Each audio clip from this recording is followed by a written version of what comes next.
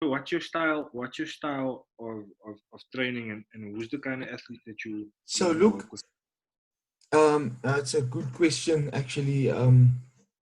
Look, obviously, I would like to obviously go into the field that I enjoy, which is the fighting aspect of like combat sports, like jiu-jitsu, MMA. I'd like to focus on those types of training, like explosive training, speed and acceleration training. You know what I mean? Like um, just to be faster, be better, be stronger. More powerful. Like we learned in this last module of exercise science, it's crazy that you have strength training and you have power training and then you have speed and acceleration, which is like similar but different training types. Crazy. I never thought about it that way, but you can in all your exercises that you do, you can implement this all Yeah, four in one training go. So yeah, it's my training style would be more like dynamic training, right? All dynamic, everything is dynamic and compound, if you get what I'm saying. So there won't be much isolated. isolation, and you know what I mean, which I know is good. I would use it like maybe deadlifts, and because we need that explosive power.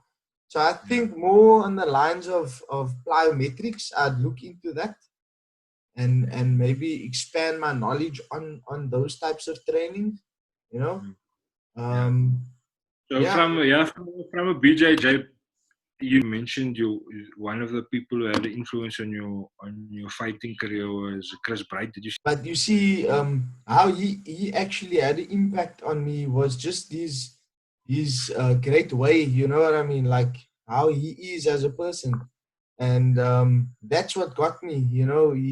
He doesn't really get involved in the politics of the sport, and he's just humble. He's a humble guy, and I can appreciate that. You know what I mean?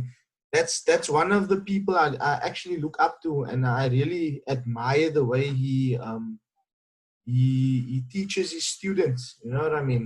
I've had the privilege of training with him, um, when I used to go to PE, and whatever. He was just like out there, and he said like, you know what, just come train whenever you're down here. He just opened the door for me, and I feel like that was a great thing that he did for me, and I would I like him so much. I like. Okay, my personal story, somebody who did something like that and opened the door for me and said, "Listen, I'm gonna take time off my training schedule to train you because when I went to go train, when I went to I was under 14 or under 15 at school, super unfit, didn't know what I was doing or whatever. And one of the coaches said, "You, I think you need to go join a club." You know what I mean? So you can get some extra practice. And I went to the club and I couldn't even run. I couldn't run more than 50 meters without having to walk or Yeah. taking a break. And this dude left training, came to set up a 20-meter shuttle with me, ran one, walked one for the whole training session. He didn't just tell me do this. For that whole training session, whenever I came back afterwards, he'd make sure I was making small improvements and then go back to training. Yeah. So that unselfishness, that you could be a personal trainer and say, I'm going to send you the bill. You know what I mean? Or no, you're wasting my time, come after training or come another time during the day. But that unselfishness, which I can hear in you relaying your story about Chris, had an influence on me and you being here today, I think. I think so. You Yeah. understand? It had an influence on me and you wanting to say, yo, this guy reached back and pulled me forward for no, you know what I mean? Because just being a good bloke Of and course. being good peoples, and look at the impact it had on me and you wanting to become like not just coaches in terms of I'm willing to help when somebody needs help, like Yeah. getting certified, getting stamped and approved coaches. So yeah, I can definitely relate to what you're saying over there. Tell Yeah. me, so what's your plans after you graduate? Hey, just give me a second quickly. I never really thought about it, but I know it's gonna help me a lot in my jujitsu, and also for my students. I mean, I am an assistant coach, so I know it's going to benefit a lot of people, and that's actually why I got into this course, is to better myself and to obviously um, be a better coach, so that I have this knowledge of what the muscles are doing and what you need to, your nutrition. And I just want to help better, so I don't really know what I'm going to do. Yeah. But yeah, I'm just taking it one day at a time. Opening yourself for the universe. Yes, there we go. That's it. That's a nice way of putting it. Open and prepared. Yeah. Failing to prepare is preparing to fail. Eh? Yeah. You prepare. They always say, prepare for that moment of luck. So when that lucky strike or that gap come through, you're already prepared for it. Yeah. What do I want to say? We were speaking about the overall training just when you mentioned training for speed, this module that we're in now. Yeah. And I'm quite enjoying it because it actually, that's what got me to this 12-week transformation thing that I'm doing now. So I was like, where do I find the information? Where do I find the inspiration to get fit now again and to get, because I'm so judgmental of personal trainers who are out of shape, mate. You know what I mean? Me personally, and I'm nobody to speak at the moment. You know what I mean? I'm so judgmental of personal trainers who are out of shape, or a dude who's coming to show you a Ferrari and he's, you know what I mean, he's coming in a Dutch and champ. It's gonna be hard. It's gonna be hard to give that guy so much money for that kind of car, and he's not driving one. So I was like, where do I find the inspiration? And just like digging deep, I was like, I need to help other people. Because like me just wanting to do it for myself, and it's just not enough. You need to be selfless, you know what I mean? And so in the training, like, and this reminded me, this reminded me of compiling training programs for myself back in the day. And all of it included the stuff that you mentioned, which is speed, plyometrics, and then I'm also doing, so my program is going to look like this, and I'm going to send it to you. Yeah. The one that I told you I'm working on last night. Yes. It's quite a grind because it's a 12-week program and then it's 4-week blocks, right? So the first 4 weeks is hypertrophy. So hypertrophy is basically where you're focusing on building muscle that you don't have, muscle that never existed. Modi, don't you want to check on him? I'm just gonna call you. So hypertrophy is muscle that didn't exist. So you want to basically be focusing on gaining new muscle, right? So that's what I want to do in the first 4 weeks, and then getting in some, because we're doing a challenge, we also want to be dropping weight. Difficult task to do is gain muscle and lose fat, but it's not impossible. So I'm also including some endurance stuff over there so that we can get fit for the speed stuff. Then my second 4 weeks is where I start changing over into, so that's weeks 1 to 4. Then my second 4 weeks I switch over to training for speed preparation. So now I'm starting to get the muscles, the fast twitch fibers awake. You know what I mean? Getting your hamstrings lengthened, getting the hamstrings stronger, and then also starting to work on sprinting distances, but not too much, not too big. And then I also changed from hypertrophy training into like a more compound training, so less isolated stuff. You know what I mean? Like just curls, or just doing just training for moving away from that and into the compound stuff where like the deadlifts, the push-ups, the pull-ups and that kind of thing.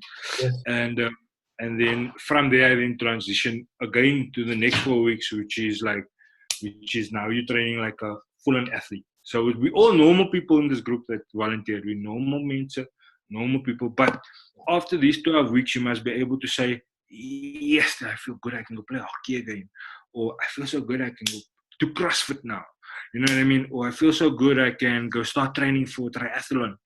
You know what I mean? Or I feel so good, I want to focus on training for a marathon. You know what I mean? So a 21K.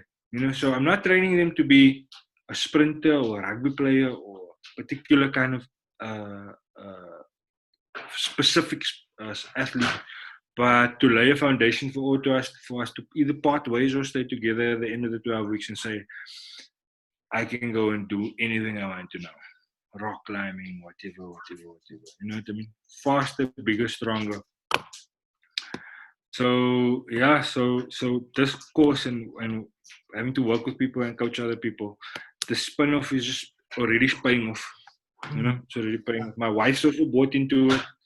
You know, my wife's put into it, and it's been constant challenge for us because we like to eat liquor, man. You know what I mean? Like we have a baby, and you know what I mean. So we don't go out that much anymore like we used to. And obviously, with lockdown and quarantine, that's where you find that pleasure. You know, that dopamine release, that serotonin comes from having a nice sister. She just made a bunch. No project. No project, Buddha. Yeah, So yeah, nah. So I've actually what I've done is last night I was just going through the nutrition videos and whatever. I see someone's uploaded already the first activity. You know, someone in Joburg. what do they do? They done the first activity, the of nutrition. Okay, I'm not even So there yet. yeah, we're not even there. I'm gonna grind on thingy today. The one due for the 29th. That Oh says yes, no, task. definitely. I was also thinking the six videos, cardio, the three strength and endurance exercise, and the two flexibilities. Yeah, I'm gonna work on that So today. that's yeah, six, all It's a big six. one. Yeah, that's a It's a big big. one. So I don't know. What were you gonna do? I mean, Oh no, yes, eh? I was like totally gonna. Oh, yesterday was totally. I was committed to the 12-week program. So yeah, it legit it takes building that program takes time because we're working with because I'm working with a variety of different people, and one of the people in the group is a rugby player. yeah, There's actually two rugby players. One who's still playing, then one who's retired. Okay, and a little bit injured, like a old horse like myself. And then there's people who've never trained before, like ever. You know what I mean? That wanna take the opportunity now while they're in lockdown. Then there's um so it's a lot of different people. So you need to look at that perspective of like, you know what I mean? Like if it was only specific athletes, like only boxers, you know what I mean? What kind of training to do, but it's a you variety of different. train So, specific. so trying to compile the program. I actually think I'm gonna reach out to once it's done. I'm gonna reach out to our lecturers Yeah, and to run it by them what they think. But I wanna finish the program first and then send it off to them and hear what they have to say. You know? yeah, But my excitement is for the nutrition, man, because it's there's a lot going on in the nutrition world. Like there's a lot. There's OMAD, there's fasting, there's eat only fat, no carbs. There's what I mean, like carnivore diet, which is only meat, nothing else. You know what I mean? There's not but meat-based carnivore diet is meat-based with other foods. Then there's the vegan, which is having a whole big spin-off now at the moment. For my body type, right? Or rather my, how can I say, the way I process foods, right? I found that I'm not talking about anyone in specific. I'm talking about myself now. Like I know if I eat certain things, I always feel bloated. Like I've done that, I've done that comparison. Like, okay, if I eat this amount of meat, then I feel lethargic and I feel lazy, you know what I mean? So what I've actually done and it works for me, for my body, right? I've tried so many things. I've tried keto. Oh, don't do keto. personally, don't do keto. You starving that body of yours, and you basically killing yourself. You know, you really putting yourself into a state. Anyway, sorry, I shouldn't have said don't do keto. If you feel that you want to do keto. But for me, it didn't work. I just got fatter. You know, I just ate more. It's crazy. When you're done, you just eat more. So I've gone on to like a vegan 4 days a week, and maybe eat meat once or twice a week, and then fish in between. So I'm not completely vegan, but I choose my days and I balance my meals. So I don't think I can say I'm a vegan. I don't want to classify myself as a vegan. I do eat meat. It's just I limited the amount of meat that I eat, and combined with intermittent fasting. Okay. 16 hours on, 16 hours on, and then 16/8. 16/8. Okay. Okay, cool. And then what's your time schedules like? When do you fast? And then when do you... So my day goes crazy, right? So I don't eat breakfast in the morning. I start eating at about 2 o'clock, right? But I don't. You see, what happens with me? I can't. When you're doing this, I can't eat a lot, right? I'll nibble here. I'll eat whatever, right? I'll eat anything that there is, but So nutritional. what anything? Give us a day in your food. Okay, I'll give you a day, right? I'll give you a day. So when I break my fast at 2 o'clock in the afternoon, I'll maybe make me like an egg. You know what I mean? Some nice protein, and I'll make it nice. You don't want to eat bland food. So I'll obviously throw spices. I'll just eat whatever. But obviously, You brown the egg first. here we go, bro. Yo, liquor. Brown the onion first. Yo, liquor, man. Like liquor omelet sometimes, I like an omelet. But I'll like maybe make it with 4 eggs. I'll use 4 eggs. But then after I eat that, it's like I'm full, I'm full. Then I'll maybe nibble on like nuts, and I'll have fruit in between. And then obviously my veggies, veggies is a big thing. So I'll eat at 2, right? I'll eat at 2, but then I'll be full, like for the rest of the day, right? And then I'll go train. Obviously, I'll go coach from about 5:30.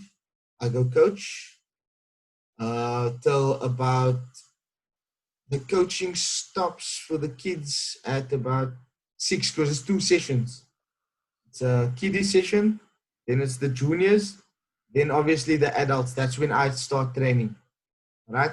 Till about 9 o'clock in the evening. When I get home, I shower me, I get ready, and then it's about 9:30, and I'll eat again, right? Yeah. To replenish. But what I'll eat is whatever my wife made, which will be like maybe dal and rice. Rice is my staple. I always eat rice, right? I changed from white bread, because we eat white bread. You can't deny the fact that bread is like essential. Bread with potatoes with rice. So I cut the bread out. I just took the bread out slowly, right? And then I started eating like beans and rice, and a lot of legumes and green beans and veggies, lots of veggies. Like veggies is like the staple food. There's cabbage, there's cauliflower, there's broccoli, there's it's a mixture. But obviously then I won't eat meat for 4 days. On a weekend, maybe on a Sunday, we'll slatte braai, But during the week, it's either dal and rice, beans and rice, lentil curry, but no meat. No meat. Akini with no meat. You know what I mean? Biryani with no meat. It's funny. In the beginning, it's very strange. But I'm telling you, I dropped weight and I maintained my strength and my energy, if you get what I'm saying. So from 95 kilos to 79 kilos, I mean, that's just eating normal. You know what I mean? Not even worried about how much I eat. But my training compensates for that. So I'm burning calories. I'm burning a lot of calories, so I need to replenish. So that's just basically a day in my schedule. Yeah. No, I also I did the intermittent fasting thing also, the 16/8. I love it. Read nicely, bro. Come How here. you doing? You a first bump there? Here's the camera. What's your name? Haseen. Stand just here, otherwise you're gonna go out to the screen. Say again. Haseen. Haseen. MashaAllah, what a beautiful name. Are you fast? Did you fast the whole month? Not Stand Oh, still. inshallah, next year. Next year, inshallah, no? You must have a nice Ramadan. Eid. I mean a nice Eid, sorry. A nice Eid, inshallah. Tashriq Hearn, famous rugby player. I don't know. You know someone famous? Knows a lot of famous fighters. Okay. Yeah, now he knows a rugby player. I think he also wants to play rugby one day, inshallah. soccer. Oh, soccer, sorry. Shame, man. Okay. I The tried soccer to convince him otherwise, Yeah, you know. yeah. But yeah, whatever he wants to do, you know. Soccer. Just have fun and be committed. Inshallah. Whichever one you do, you just be fun, be committed, and be willing to do the things that the other boys are not willing to do. Another story on football Don't go is out. from Dane Clyde. Dane Clyde, Dane Clyde played for Pirates, and his mom and my mom worked together, and he played pro ball for a long time, and he said when you get elected to the academy level as a kid, the only difference between you and the other guy who doesn't make it sometimes, and this is like when you're 14, 15 years old, now you're going away from home, you're staying in a sports academy, you know what I mean? There's nobody doing your washing, you know what I mean? There's nobody making you a late night snack, you know, there's nobody, there's not that support system of mommy and daddy, and that is basically almost the deciding factor of whether you make it or not. Because if you're willing to go to bed without the nice peanut butter sandwich or the Mari biscuits, and you can sacrifice through that, you are now willing to do what the other guys are not willing to do. You know what I mean? And that can end up being the difference. So for your beautiful Sunday, mashallah, you know, MashaAllah. maybe leave him with that nugget. Golden nugget for him. Be willing to do what the other kids aren't willing to do. Yeah. Okay, I get that. That's amazing. So nutrition, oh yeah, the intermittent fasting. So I did it, loved it, because it allows you to have more free reign with nice eating, with good foods, because you get to pack your calories in like without having to eat, you know, without having to stay away from the nice things in life. So I liked it. I like it a lot. The intermittent fasting thing, especially this. And also the benefits, because we're Muslim, we know the benefits of fasting. So the healing properties on your body, you know, psychologically, and then also so yeah, I like the fasting thing. And then also because I'm doing programs now for different people have different lifestyles. So there's one mate of mine, he doesn't eat all day. He's not like a super athlete, but he doesn't eat all day. I need to coach him also. He doesn't eat from the morning till the evening, but in the evening just binges all night. You know what I mean?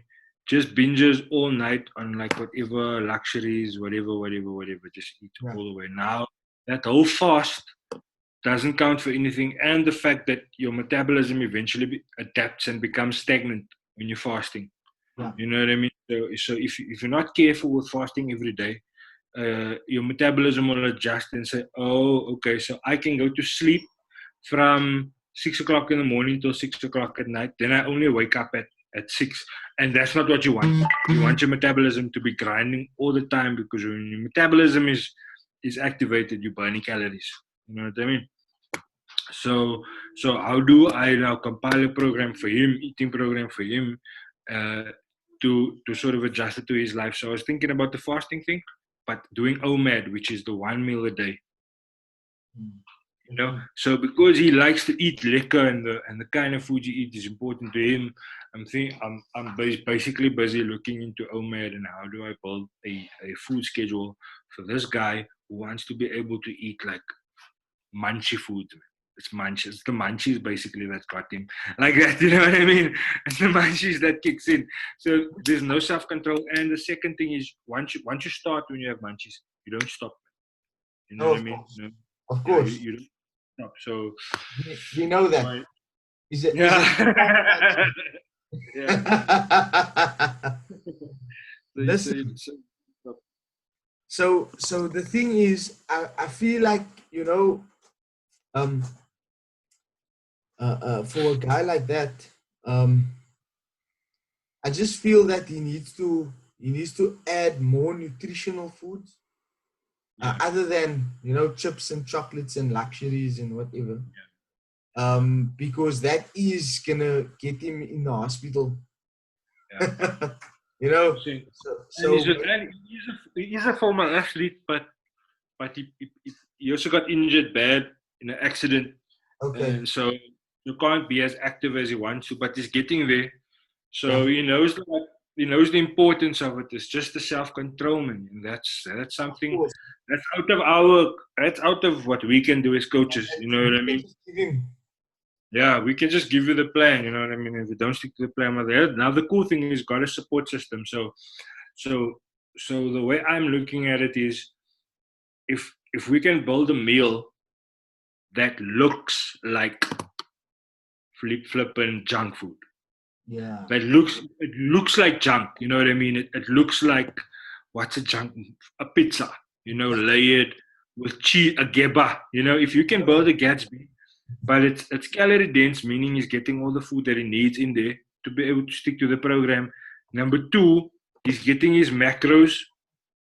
You know, he's getting all his macros that he needs with regards to his protein requirements for the day, and it's low on like bad fat and bad calories. If we can build something, and so my research basically led to the fact that there is that kind of thing, especially with OMAD. So Owens are eating chips, ice cream, pancakes, flapjacks, cake, you know what I mean, filled with Smarties and whatever, like that kind of stuff, but it's all homemade and self-made. Okay. You know, so this is exciting for me because I'm gonna have to become a little bit of a theoretical chef. I don't know about practical, but a theoretical chef to be able to compile something like that. And I think if us as coaches, we can add that to the artillery. Yeah. You know what I mean? Be able to say, nah, you can still have roties and you can still have kusistes. Just use this flour and then get this sugar. You know what I mean? And maybe just use this oil. Oh, mashallah. Look here, I want to show you something. Come here, Haji Bhai. Come here, Haji Bhai. Look at this man's barang outfit here. Yay! Salam. Look how old you look. Yes. And what's your name? Alhamdulillah. Alhamdulillah. Hey, look how what's his name? Dirar. Gerard. E with a D, Gerard. And then you must walk roar. Gerard. Yeah. Gerard. MashaAllah. What, man? Yes. 7 months. Yo, he's big, eh? Big baby, my bro. That is boy. That is boy. Alhamdulillah.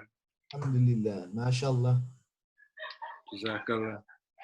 So his name he's named after a Sahaba. Dirrar radiallahu anhu. I don't know if you heard the story of Khawla bint Azwa radiallahu anha. She was the warrior who went into war with Parda, and she was just slugging the man away. And then the leader of the battalion at that time was Khalid bin Walid, and he said, like, who's this warrior then fighting like this? You know what I mean? I don't know who's this warrior here with the Parda. And then they eventually brought her forward, and she wouldn't speak. And they said, who you? Expose your face. She wouldn't do it. Why are you fighting behind a mask? You know what I mean?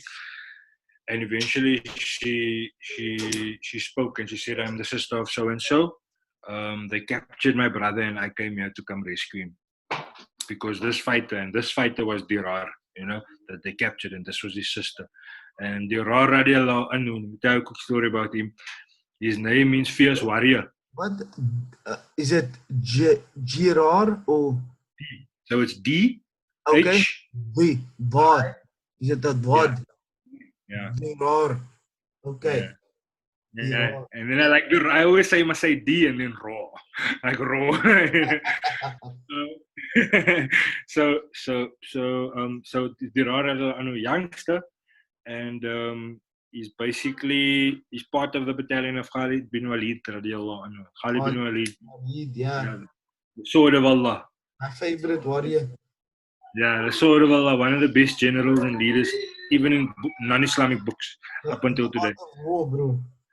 Yeah, and then yeah, and so he's like fighting in his battalion, you know what I mean? But listen to the story of this, like Dirar. Anyways, they go to fight the Romans, and they're going to that war with the Romans in this time, and they're fighting against the son of Hercule. Now Hercule in this time, if you go back and look in the history, you'll find out the whole story of his reign. And they tune and Khalid bin Walid, like, is not even they go discuss terms of war, and Khalid bin Walid's like, come and make it a very easy day for our families and friends. You bring your best warrior, your best warrior. I bring my small boy. Look at my young boy. I bring my young boy. I bring for you. You bring your best warrior. Anyways, he goes to they bring this man now, son-in-law of Hercule. Big bra, he's the Troy. He's the Troy of the time, you know what I mean? Best warrior, big blonde locks, handsome guy, got the best armor, you know, the best sword, you know, the best, biggest horse. And he's coming, and they say, you know, the Roman king, he's laughing at this boat because his chick is gonna be like a quick day at the office. Anyways, they meet these guys meet now. Yeah. Now Dirar radiallahu anhu was known as the naked warrior, because he would go with his armor to the warfare. Just before going into warfare, he said, take his armor off. He's like, why do I need protection if Allah is my protector? You know what I mean? Number one, he's known as the naked warrior. Anyway, and the other nickname was also, he was known as Here Comes Trouble. Anyways, so they start going at it, and they're fighting. First thing is, Dirar fights this guy, not with a sword, but with a spear. And this man is fighting with a sword. And they're going at it, and time is going by, possible. 1 hour, 2 hours. Because Dirar is like, come here, put on a show for the guys, they have an off day, man. You know what I mean? Let's put some entertainment instead of going back to our tents. You know, so he's putting on a show for the guys, and going at it and fighting this big warrior now, yo. Time's going by, and it's hours going by. Eventually, he's like, okay, listen, Dirar tell this man, you want the halftime? You want to go freshen up, take a break, have a rest, you know what I mean? Maybe change your sword in your armor. And they do that, you know what I mean? And this guy comes back, and eventually they go at the gate, and Khalid bin Walid is like, okay, you know, close it off now, man. He say, yeah, cut, finish it up. And Dirar radiallahu anhu finishes this guy. He's on his way now to finish this man, and it's the horse. Dirar radiallahu anhu, horse show signs of tiredness, you know, like stumble the horse, like stumble a bit. The horse, they fight out. The horses is getting tired. They're still going at it. Yeah. And Dirar radiallahu anhu whispers into the ear of the horse, and the horse come back, and the horse get revitalized, my bro. And Dirar radiallahu anhu says, slag this man, cut his torso off. his torso with Yeah. a spear. You must imagine how skilled you must be with that short thing, you know. And cuts this guy's torso off, and eventually afterwards, everybody knew Dirara was going to win. You know, Khalid bin Walid obviously wouldn't put his battalion in a position where they were going to lose. So they knew they were going to win, but everybody wanted to know, what did you tell the horse, man? Like, what did you explain to the horses here? And he said that he told the horse that are you showing signs of weakness? Do you want me to go and complain by the Kabir of Nabi Muhammad sallallahu alaihi wasallam about you? Yeah, subhanallah. Oh, And when he told, and when he, and that's when the horse got revitalized, you know. So that story made me really interested in that name and that yeah. display of faith, you know, and Yes. yaqeen and respect for Nabi Muhammad sallallahu alaihi wasallam and like loyalty, you know, to Nabi Muhammad sallallahu alaihi wasallam and the cause. So yeah, and then my wife used to practice Dirar's name by saying, Dirar, come here. Dirar, sit. So I asked her, why must you skel, bra? And he's not here yet. So I practice. They had a nice ring to it.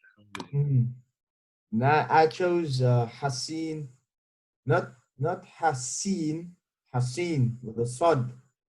Yeah. Now, the reason I chose this name is because Haseen basically means strong, protected, and secure, right? So Inshallah.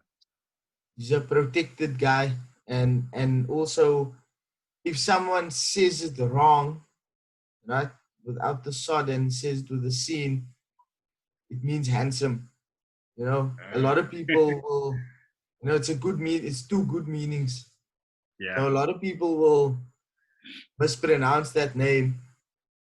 And I just didn't want him to be one of those guys where they start making fun of his name, you know what I mean? Or giving him a nickname or whatever. So whether they say it Haseen or Haseen properly, it has two good meanings. That's my logic behind taking his name. Allah give him those qualities and increase him in it, inshallah. I mean, inshallah. Yeah, other kids, what their names?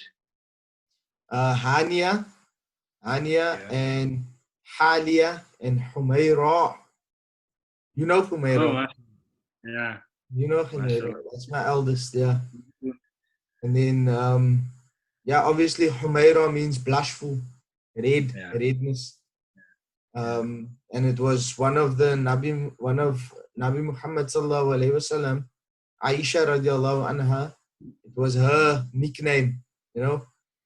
She was very blushful and used to, you know, tease her or whatever. She used to get very shy. Then Hania means like piety, you know. She's a pious person and yeah, very joyful also, you know. And then Halia, my little baby, she is companion. But her name basically means like a good companion, you know. Halia. Halia, yeah. How old is she? She is 3, and I can see these traits in them, you know. No. Yeah, like in Humaira, she's in Joburg by my previous wife. I don't see her, but when I did actually see her, I could see these traits in her, man. You know, like the shyness and the blushfulness, and you know, I could see it in her, and she portrayed this. You know, yeah, I miss her a lot though. I don't speak to her. It was a tough breakup, you know. So anyway, she's there. When you come to visit her, then you must come visit her by us, inshallah. Inshallah. Where do you stay? I stay in Montgomery Park. It's close to, you know, where the Emerentia Botanical Garden is. Okay. No, I don't know where that is. But is it close to the... Not far from UJ. Yeah. Not too far from UJ. And Yeah, Wits football. Oh, You okay. practice. Look, to tell you the honest truth, I don't know, Joburg. I drove there once and I almost drove to Springs on the way to Durban. Ne? Yeah. My cousin was like, hey, where you going? I tell him, no, I'm going to Boxburg. So he's like, no, bro, you're going to Durban. Turn the fuck around.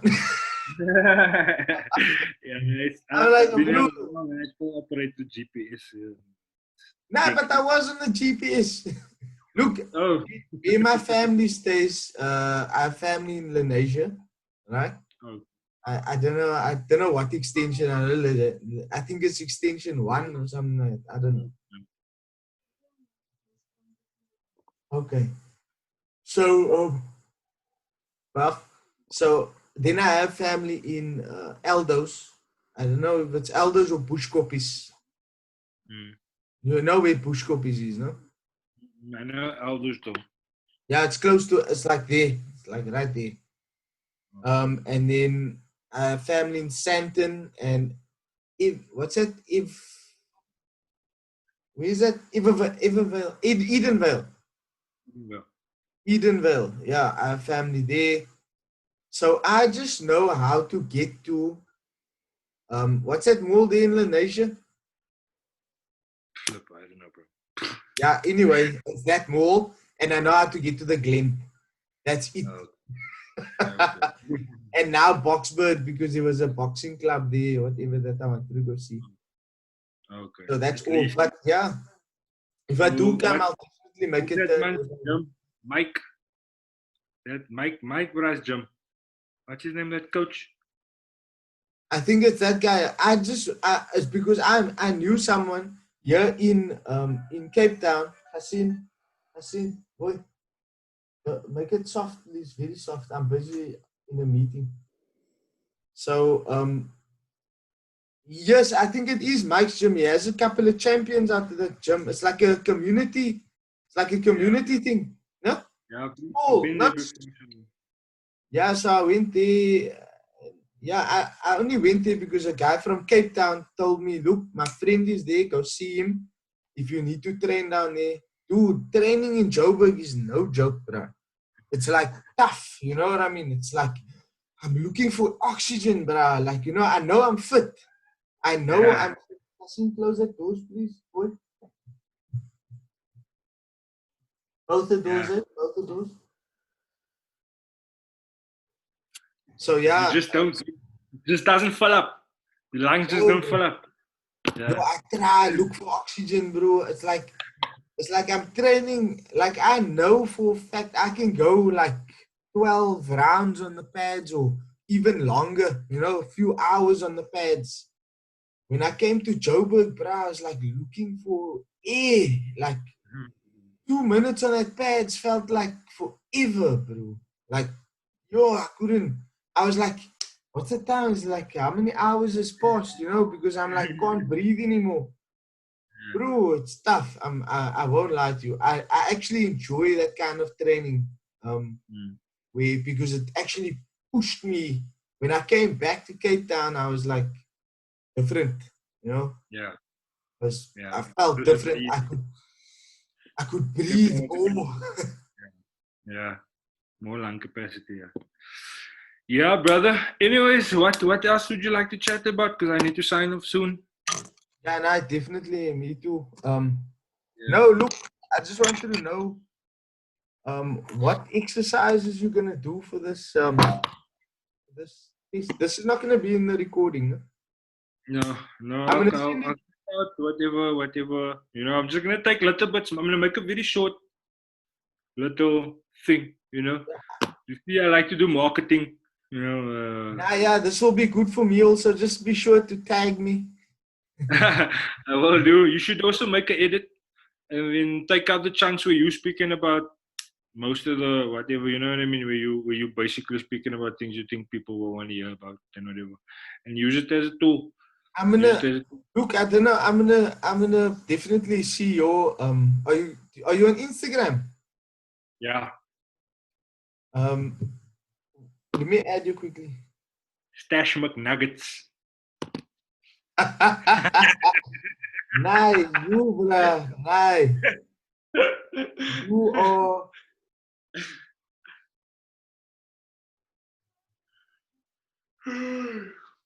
Alhamdulillah, the time is going quick today, young. Yeah.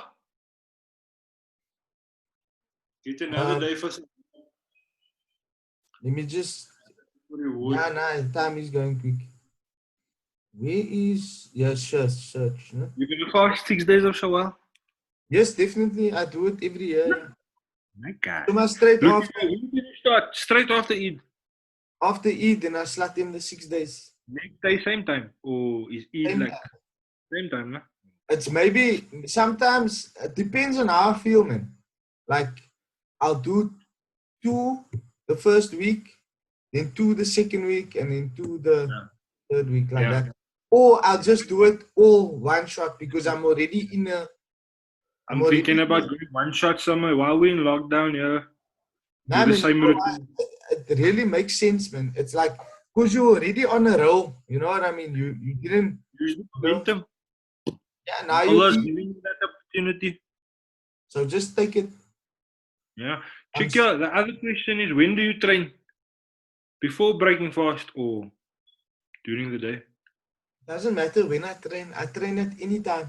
Like I'll train maybe an hour before iftar, or I'll Yeah. train maybe after iftar, depending, you know. And then obviously in the morning I take a run. You never do a morning session. Oh, you run in the morning. Yeah. And you don't get dehydrated, thirsty, like. No, look, I don't. They are following you, no. Okay. So I don't. So what I do is I make sure I hydrate like the night because I know I'm gonna run. You know what I mean? So I would in the morning I try to get down a liter of water. Yeah. Definitely, Yeah. I must put that liter into my body. I also smash a 1.5, quick sometimes more. But my problem is, and I tried it already, but I have hyperhidrosis, man. Okay. So like when I start sweating, it just comes like. Same, So then I start. same like me. Same Yeah. like me. I sweat, man. Look here. It starts. I don't know. Is your t-shirt like a different color when you take it off? Like it's wet. Can you do this with your t-shirt and water come dripping? Yeah. You feel like a BJJ with a mop. Oh, bro, sometimes I'm like a bitchy, like, you know, embarrassed because sometimes my sweat just drops so back on the brush or something, you know. So it's like, yo, I'm sorry, bro. Sorry. You know what I mean? Like, sorry, and I'm wiping his thing, and my key is like always wet, man. Like I sweat a lot. Even doing small little things. Yo, these exercises that I've done now, like with this thing, bro, you must see how the mat look, bro. It's like dripping, and it's not even a lot of training. You know, ask my son, like, it's crazy, bro. Okay, so you know the feeling. Okay, so I think I'm gonna give it a shot now in Shawwal because it's a bit more flexible. So I think I'm gonna do a morning run. In preparation for next Ramadan, because then I'd also like to, because I see a lot of some Muslim athletes, they're doing the morning run and then they're fine for the rest of the day. No, look, I'm telling you, no, in the beginning when you start, right? Because I've been training through Ramadan for the last like 8 years. You know what I mean? In the beginning, when I actually started, when I started this thing, it was tough, you know, but I didn't also go light on myself. You know, I went out full blast from the get-go, which was the wrong thing to do. I realized that, but I was young. I was like 17 at the time, 18 or whatever, you know, I was younger. And it was also a bit easier because you don't really crave food so much. I don't know how it is when you train. When I train, I don't really eat a lot. Yeah. So in the beginning, I just a long while afterwards, for long afterwards, you don't feel hungry. So maybe start with like a brisk walk, you know, get the sweat going, brisk walk, and progress it from there. Yeah, I'm gonna do that now. Now I'm doing like fartlek runs, I'm doing interval runs, you know, sprint 10 meters, walk, sprint the others, you know, walk, and then obviously fartlek where you continuously running, and then you sprint and you continue running, just get that heart and cardio going. Yeah, inshallah, I'm gonna give it a shot now. Allah accept your Ramadan, my bro, and keep you around for many more, inshallah. And accept it for a while. I look forward to having another one of these calls. Yeah, I think it's gonna be good for us as PTs to share and to connect. You know what I mean? To share our knowledge that we maybe, you know, we can always better ourselves and do better. Yeah. You know what I mean? Check this Francis, what's his name? Nagonu or Nganu. Yo. That man's a beast, bro. My bro. Geval. I think he knocked that bra out. He knocked Dingers out in like what 4 seconds, a few seconds, 15 seconds. Crazy. Clinical. And he's got a good story, eh? Where he comes from. And oh yes, Africa.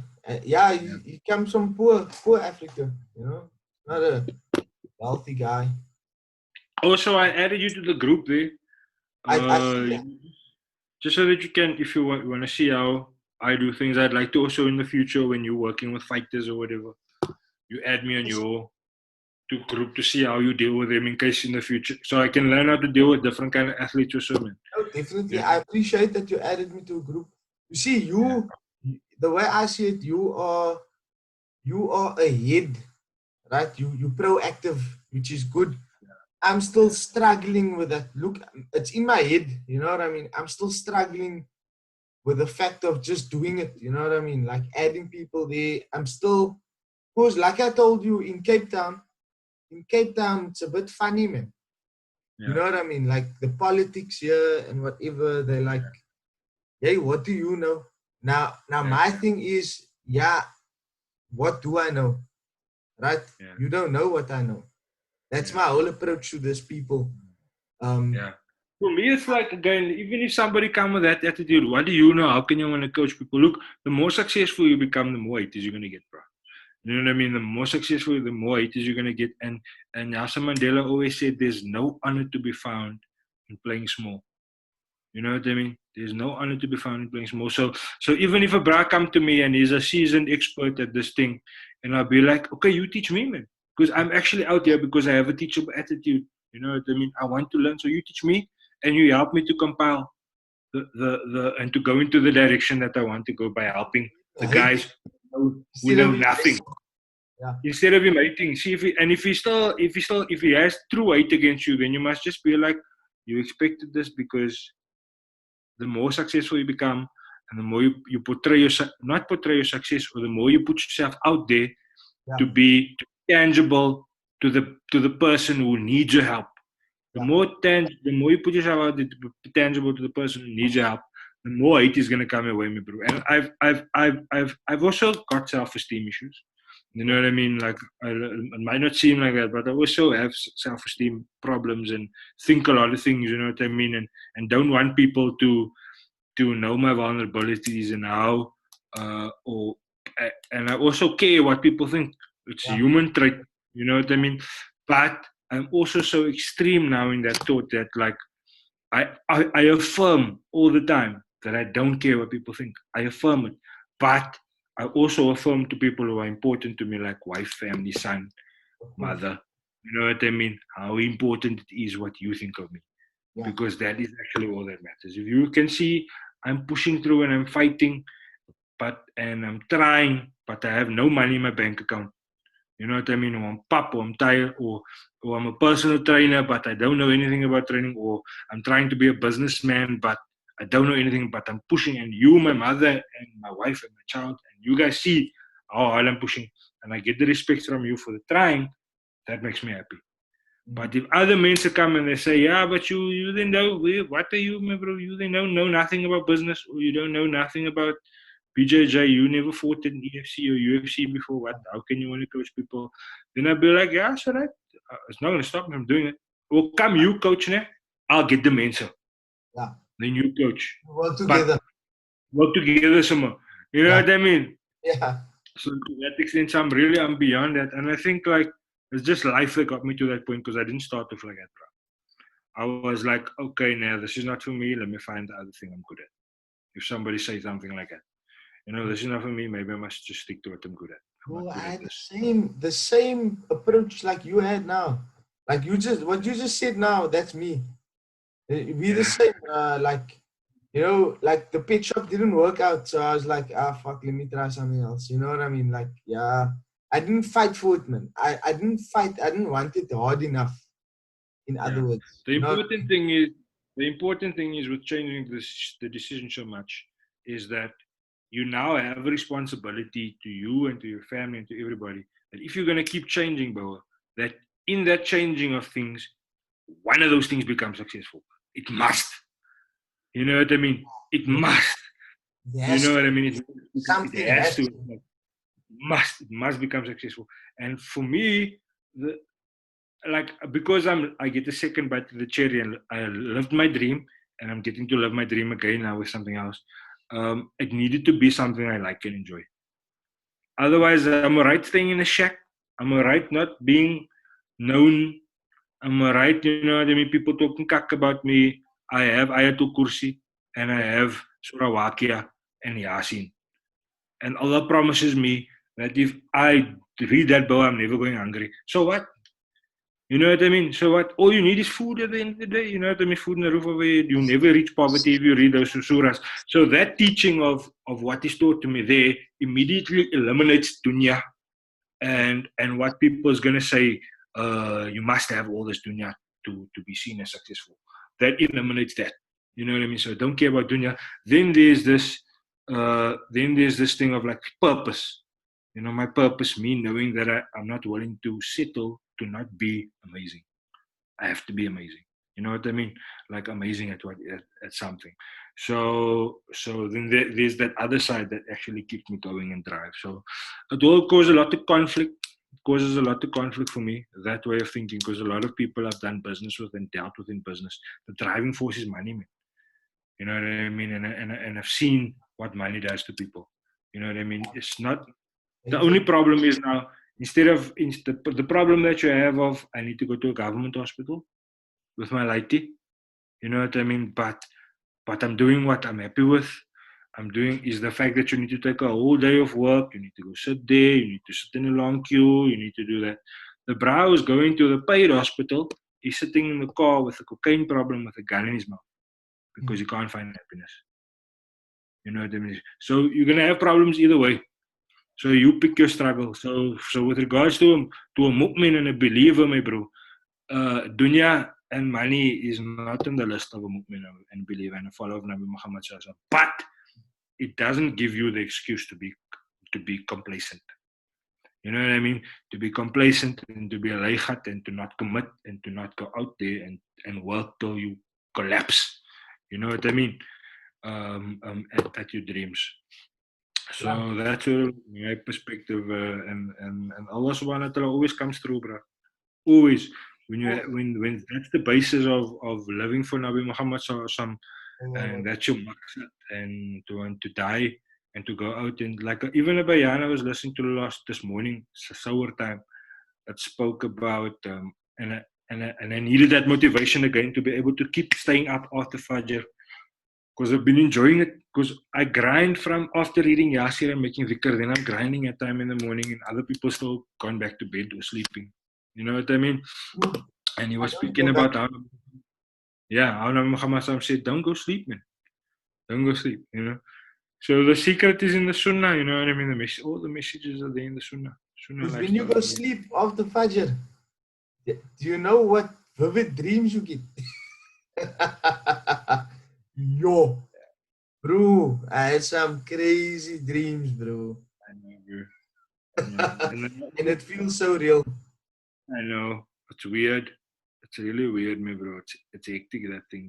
And I wake up somewhere, then I know, it's Allah subhanahu wa ta'ala waking me up or Yeah. something like or something, bro. Yeah. Okay, broski, I think we can sign off here. Yeah, no problem. Shukran, man. Short Okay, man. I just want to tell you. I saw this thing on Insta. You know, Gary V. Yeah. Gary V was saying. Let me just finish this point. I'm gonna be done now. So he was saying to this one young lady, like it was talking about hate speech on your posts, man. Yeah. Now, have you seen that one? No. Okay, so basically he was telling this lady like, yeah, that people that post these hate things on your posts and whatever, you should understand that they going through something, you know. Yeah. They going through something. So it's not you. You're not the problem. This is what you need to tell yourself. You are not the problem. Yeah. That guy has an issue with himself. And he can't see with people that. who's doing this.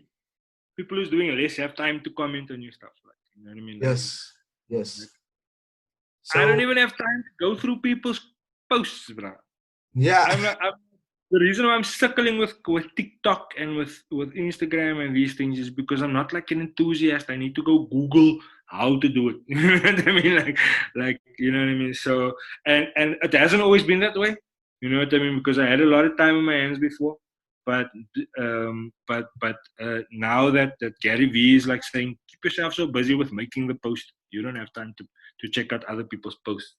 Yeah. Now, like Gary V, he speaks to a lot of what he's teaching is a lot of what I'm trying to implement. So Yeah. Now I agree with you. Anyway, shukran for speaking to me. We must have another one, inshallah. 100%. No? Thanks for having me. No problem. Both said that. Sorry, Okay, I'm gonna send this to you now. Do I send it